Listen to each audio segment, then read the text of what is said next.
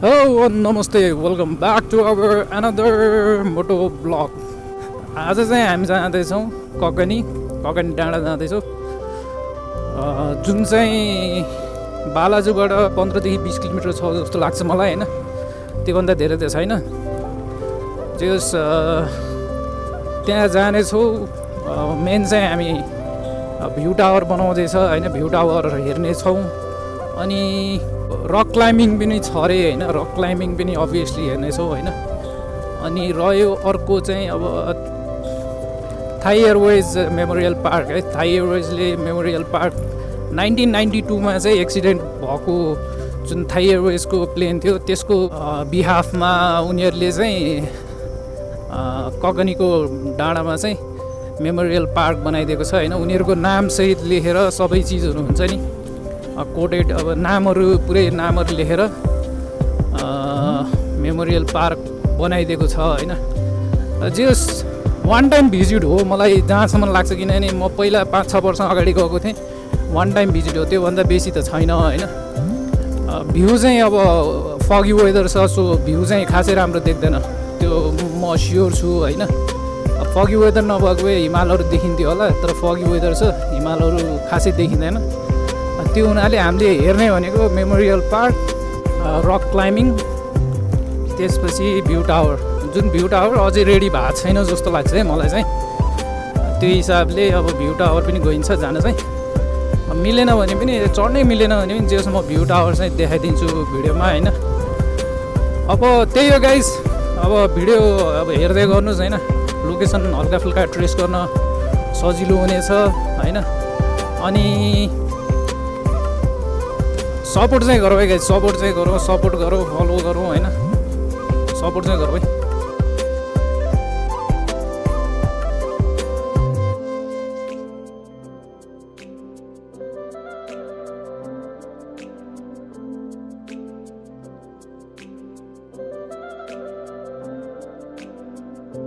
डाँडा त देखिन थाल्यो होइन। ओहो के हो यार,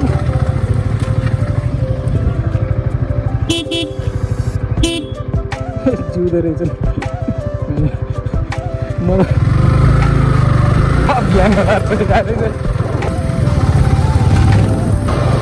बाटो गएर ऊ त्यहाँबाट पारीको जस्तो लाग्छ। योभन्दा पारीको डाँडा जस्तो लाग्यो मलाई। अलमोस्ट हामी नजिक पुगिसक्यो। के छ त काउले थान। फेरि याद आयो यार म यता आएको भनेर। आमा भ्यू पोइन्ट यतै हो नि होइन, यस्तो छ यार, धेरै वर्षपछि आएपछि होइन। यता एउटा ब्यारेक पनि भएछ मान्थेँ मैले होइन गाइस, अरूभन्दा नि ठाउँहरू मिक्स भयो कि दिमागमा, तर ब्यारेक थियो जस्तो लाग्यो मलाई। यता चाहिँ बाटो चाहिँ ठिक रहेछ होइन।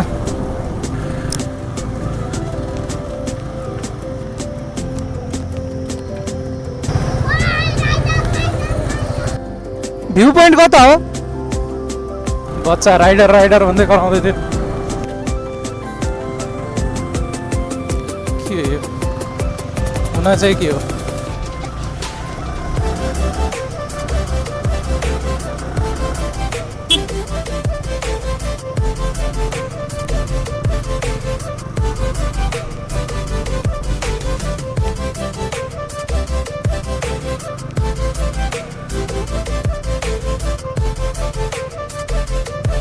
ब्यारेक भएको एरियामा चाहिँ सकेसम्म अब भिडियोहरू नखिचेको राम्रो होइन।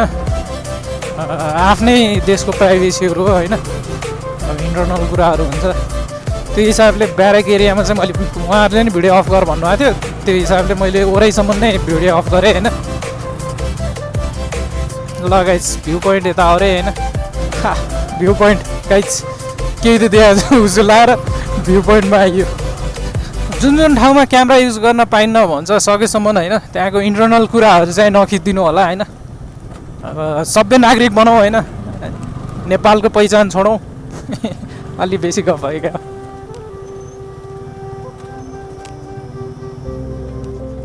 बाइक जानु उ यही त हो नि, पासा उ यही हो। Picnic no alcohol. पिकनिक पनि मनाउनु पाउँदैन। फ्लावर पनि अब उठाउन नमिल्ने रहेछ। इन्टरनेसनल थाई एयरवेज कि यहीँ ठोक्या हो र होइन नि चाहिँ अब थाई एयरवेज क्रास भइसकेपछि चाहिँ यहाँ चाहिँ मेमोरियल पार्क बनायो जस्तो लाग्छ है थाई एयरवेजको तर्फबाट त्यो कुनै डाँडामा क्रास हुँदाखेरिको प्रब्लम यो मलाई एक्ज्याक्टली चाहिँ थाहा भएन होइन तर त्यति चाहिँ मैले सुनेको थिएँ लास्ट टाइम आउँदाखेरि पनि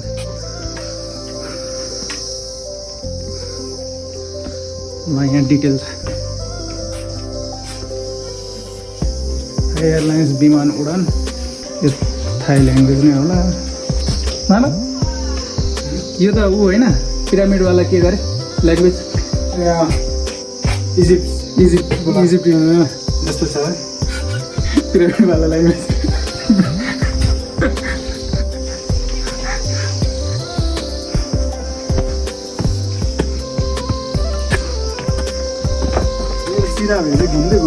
के भन्नु छ भरत बाटो के बाटो चाहिँ अहिले चाहिँ धेरै राम्रो बनाएको छ ठुलो छ है आउनु होला रमाइलो गर्नु होला मेमोरियल पार्क हो टावर हो भ्यू अब हुसुला छ बर्खामा चाहिँ नआउनु कच्ची बाटो हो लास्ट दुःख पाउँछ बाइक सिक्लेर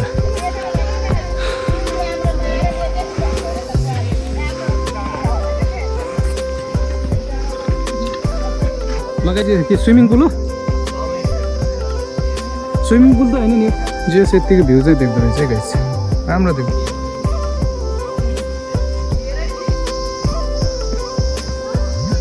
मान्छे चाहिँ धेरै नै आएर रहेछ आज होइन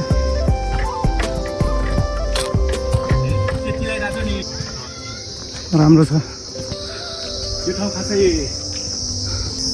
ए म आइसकेछु यहाँ ल गाइस अब यो ठाउँ चाहिँ घुमेर भ्यायो होइन आएर घुम्नलाई रमाइलो छ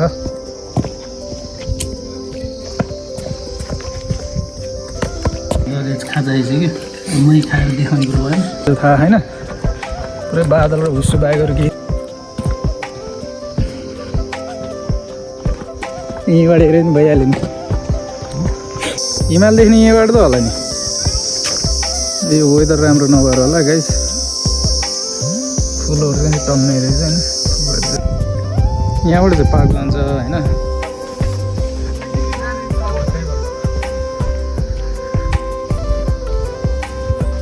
क्लाइम्बिङको बाटो जाँदैछौँ खतरा रहेछ त्यो चौरको पासा यहाँ रहेछ क्लाइम्बिङ फगले बिगाऱ्यो क्या टन्नै बनाइदो रहेछ बस्न होला भ्यू टावर चाहिँ यो साइड घुमान रहेछ त्यहाँ यो चाहिँ रक क्लाइम्बिङ हो कि भरेङ क्लाइम्बिङ हो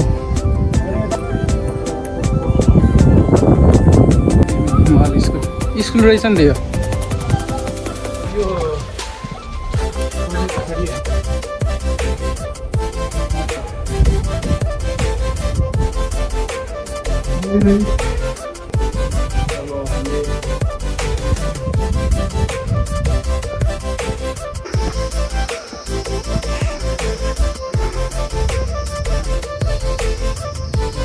यो बाटो चाहिँ हामी टावर गइन्छ होइन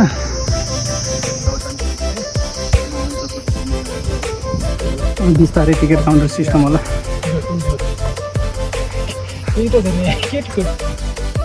गाह्रो छ उकालो रहेछ सायद पछि टिकट काउन्टर सिस्टम गरेपछि खोल्ने होला कि भ्यू चाहिँ खासै देखियो होइन होइन टावरबाट मजाले भ्यू देखिन्छ गाइज होइन अब हामी चाहिँ अब तल गएर कतै राम्रो ठाउँमा खाजा खान्छौँ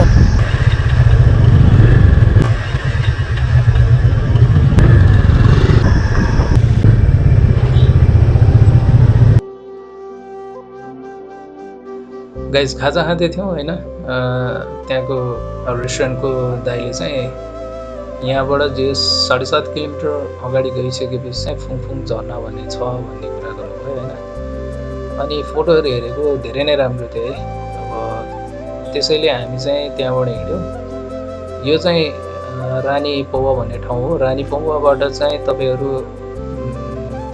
लगभग टावरदेखि 2 किलोमिटरमा रानी पौवा भन्ने ठाउँ छ रानी पौवा पुगिसकेपछि चाहिँ त्यहाँबाट चाहिँ भित्रको बाटो छ, सोधेर हिँड्नु होला, नसोधिकन नहिँड्नु होला होइन। कानीपौवाबाट 5 किलोमिटर पछि फुङफुङ झर्ना आउँछ।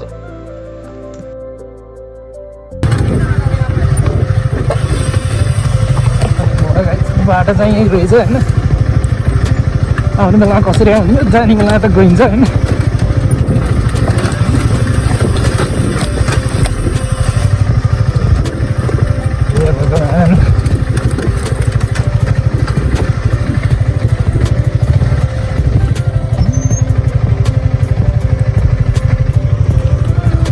यो बाटो 5 किलोमिटर हो जस्तो लाग्यो मलाई अझै। कस यो बाटो 5 किलोमिटर हो, यो बाटो 5 किलोमिटर हो। 7 किलोमिटर टोटल। फुङ 2 किलोमिटर, ऊ के गरे यो उसम्म 2 किलोमिटर।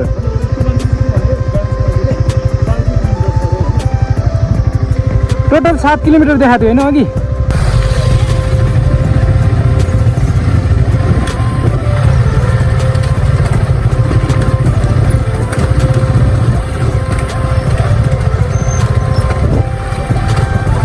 किलोमिटर नै रहेछ अन्त धेरै नै। यहाँ पनि रहेछ, यो फुङफुङ त होइन होला, यहाँ पनि हल्का झर्ना रहेछ होइन। यहाँ पनि खतरा रहेछ त, के खत्रै रहेछ नि यार, खत्रै रहेछ नि। अगाडि होला यो झर्ना चाहिँ यतातिर टन्नै रहेछ। एउटा तल भन्थे, अब कतिवटा बाँसगारी छ फेरि यतातिर। बाटो चाहिँ लास्टै कन्फ्युजिङ छ होइन गाइस, पत्ता थाहा नलाग्ला। तर पनि सोधेर आयो, जहाँ कन्फ्युज हुन्छ नि जस मान्छेहरूलाई भेट्यो भने चाहिँ मान्छेहरूलाई अब जहाँ मान्छेहरू भेटिन्छ सोधिदिने होइन।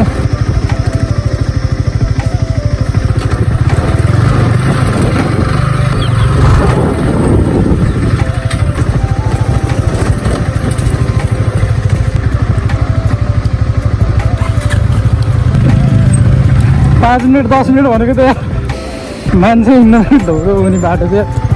बर्खामा आइएन चाहिँ, बर्खामा आयो लोड हुने मान्छे। बाइकमा आएर चाहिँ आइसक्यो यार बाटोले।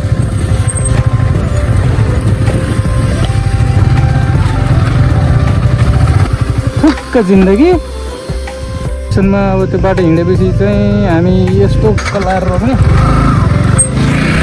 सुकेको त ढुक्कै छैन होइन, बाटो देखेर थाहा हुन्छ तिमीलाई बाटोभरि पानी छ। ल यस्तो बाटो हुन्छ ठुलो छ, खस्दैन भन्ने डर हुन्छ कि। यो त खस्यो भने सिधै यो बाटो चाहिँ लगभग 4-5 मिनट हिँड्ने भन्छन् है। माथितिर हामीलाई ककनी मेन माथितिर जुन भ्यू पोइन्टनिर 6-7 किलोमिटर छ, किलोमिटरको हिसाबले धेरै होइन, खत्तमै छ। नर्मली बाटो यस्तो खत्तम छ होइन, भन्दा चाहिँ धेरै गाह्रो छ। अब हामीलाई जानलाई कति धौरो हुन्छ त्यो ए अब यो कति मिनट 4-5 मिनट हिँड्दैछु जस्तो लाग्छ। झर्ना चाहिँ यो हो, केटाहरू तलै डुबेको जस्तो छ। झर्ना चाहिँ ठुलै रहेछ है। यस वर्थ इट भयो, ठिक भयो।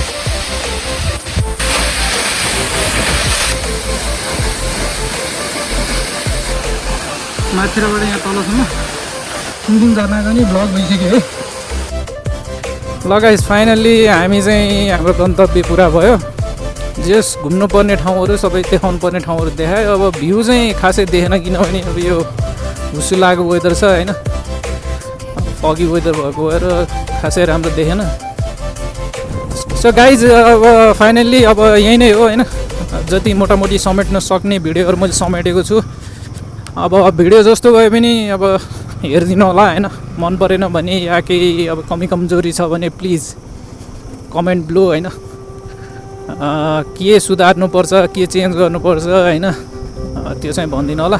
त्यही हो, अब जतिजना नि पुरानो हुन्छ प्लिज भिडियोलाई लाइक गरिदिनुहोस्, कमेन्ट गरिदिनुहोस्, सक्नुहुन्छ भने सेयर गरिदिनुहोस् होइन।